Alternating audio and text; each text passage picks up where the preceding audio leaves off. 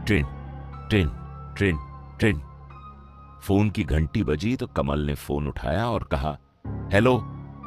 दूसरी ओर से आवाज आई, हेलो, मैं जयपुर से सर्वेश बोल रहा हूं। कमल भाई, आपके लिए कुछ खास एंटीक आइटम्स देखे हैं। आप कल सुबह जयपुर आ जाओ।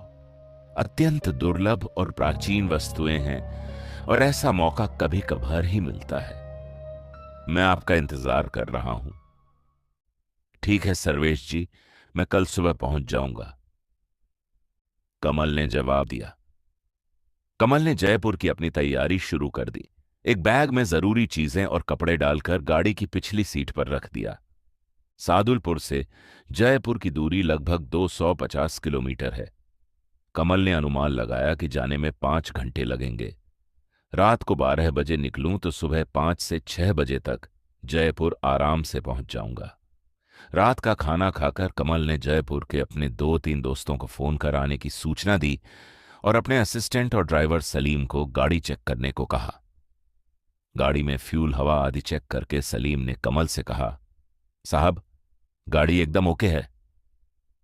सलीम कमल के हमउम्र ही था और पिछले 4 साल से कमल के असिस्टेंट का काम करता था। जरूरत पड़ने पर गाड़ी भी चला लिया करता था। इन 4 सालों में उसे भी प्राचीन और पुरातत्व महत्व की वस्तुओं की समझ आ गई थी। सारी तैयारी होने के बाद कमल ने अपनी अलमारी से हाल ही खरीदी नई ग्लॉक 36 पिस्टल निकाली। ये ऑस्ट्रिया निर्मित कॉम्पैक्ट साइज की हैंडगन थी जो 0.45 कैलिबर की थी।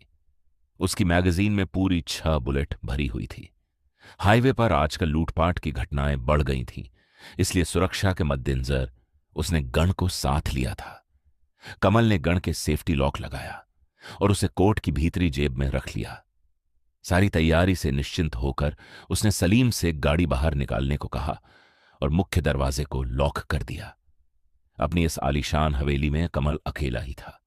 उसके मम्मी पापा चारधाम की यात्रा पर गए हुए थे। वो इकलौती औलाद था। शादी अभी हुई नहीं थी। अच्छे खाते पीते परिवार का था। चौकीदार को जरूरी निर्देश दिए ही थे कि बाहर हॉर्न की आवाज सुनाई दी। कमल बाहर निकला और चलते चलते घड़ी में समय देखा तो रात के 11:15 हुए थे। कमल सलीम के बगल में आकर बैठा ही था कि सलीम ने एक्सीलेटर पर पांव का दबाव बढ़ाकर गाड़ी झुंझुनू रोड की ओर बढ़ा दी। अक्टूबर का महीना चल रहा था। हल्की हल्की सर्दी पड़ने लग गई थी। रात के समय ठंड और ज्यादा बढ़ जाती थी। रात के अंधेरे में गाड़ी सरपट भागे जा रही थी। इस रोड पर रात को ट्रैफिक नाम मात्र का ही होता था। कभी कभार कोई गाड़ी दिख जाती थी। खंडेला तक पहुंचते पहुंचते रात के 3 बज चुके थे और अभी लगभग 100 किलोमीटर का सफर बाकी था। खंडेला से थोड़ा बाहर निकले ही थे कि सड़क पर किनारे खड़ी एक औरत हाथ दिखाकर गाड़ी रोकने का इशारा कर रही थी।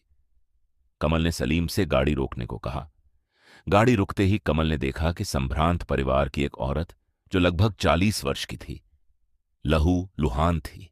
सिर से खून बहकर कनपटी और गालों को भिगोता हुआ गर्दन तक चला गया था जो अब सूख चुका था। कमल ने खिड़की का शीशा बटन दबाकर खोला तो वो औरत खिड़की के पास आ गई और बोली, मेरा और मेरे पति का एक्सीडेंट हो गया है। हम स्कूटी से जा रहे थे कि एक ट्रक वाला टक्कर मारकर भाग गया। मैं काफी देर से सहायता के लिए खड़ी हूं पर कोई रुक नहीं रहा। प्लीज आप हेल्प करें, मेरे पति घायल हैं और बेहोश भी। कमल ने सलीम की ओर देखा तो वो कहीं और देख रहा था। कमल ने उस औरत से मुखातिब होकर पूछा, आपके पति कहां पर हैं? इस मैन रोड से वो जो सामने वाली लिंक रोड है वहां एक्सीडेंट हुआ है, आप वहां चलिए। उस औरत ने अंगुली से इशारा कर रास्ता बताया। कमल ने एक हाथ से गाड़ी का पिछला दरवाजा खोला और उसे बैठने के लिए कहा। वो चुपचाप पीछे वाली सीट पर आकर बैठ गई। सलीम ने गाड़ी को बाईं तरफ मोड़ा और लिंक रोड पर गाड़ी बढ़ा दी। थोड़ी दूर जाने पर कमल ने फिर पूछा, कोई नजर नहीं आ रहा, कहां पर हैं आपके पति? थोड़ा सा आगे और चलो, पास ही है, कहा उस औरत ने। कमल ने बैक व्यू मिरर में देखा। उस औरत के चेहरे पर एक विचित्र मुस्कान खिली हुई थी और उसका चेहरा झुर्रियों भरा किसी बुढ़िया जैसा लग रहा था। भय के कारण सर्दी होने के बावजूद वो पसीने से तर हो गया। उसने उल्टे हाथ की बांह से चेहरे का पसीना पोंछा और सामने सड़क पर देखने लगा। वातावरण में गहन नीरवता और अंधकार फैला हुआ था। कमल ने पुनः उस औरत से पूछा, और कितनी दूर है? हम काफी दूर आ गए हैं, कोई नहीं दिख रहा। कमल ने मन में सोचा, अगर एक्सीडेंट इतनी दूर हुआ है तो ये औरत घायल होने के बावजूद चलकर मेन रोड तक कैसे पहुंची?